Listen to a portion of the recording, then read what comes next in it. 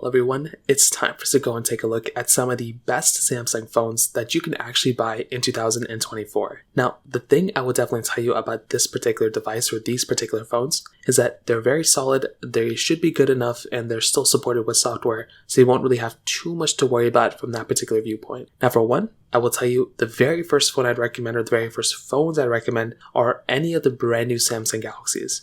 So these include the Samsung Galaxy S24, S24 Plus, and the S24 Ultra. These are such amazing, phones in my opinion. They're very good. They have a lot of capability and a lot of quality. And I would highly recommend almost every single person out there to go ahead and pick up one of these types of devices. The thing is that it doesn't really get that much better than these particular phones. And I would hate to be somebody who would recommend a phone to people and that phone is going to be outdated or it's not going to be good or whatever the case is. And I will tell you with these particular devices, the Samsung Galaxy S24 series in general are very solid. The next phones are the Galaxy S23s. Now, you probably would suggest this, you probably guess this, but I would probably go for the S23 Plus or the S23 Ultra at this point, rather than going for the standard Galaxy S23. I think the standard S23 is perfectly fine, but I do think at that size, it's a little bit smaller, and if you can swing for the Plus or the Ultra, you're going to be getting better battery life and just a way better experience in general. And those particular devices make a lot more sense for me to recommend to people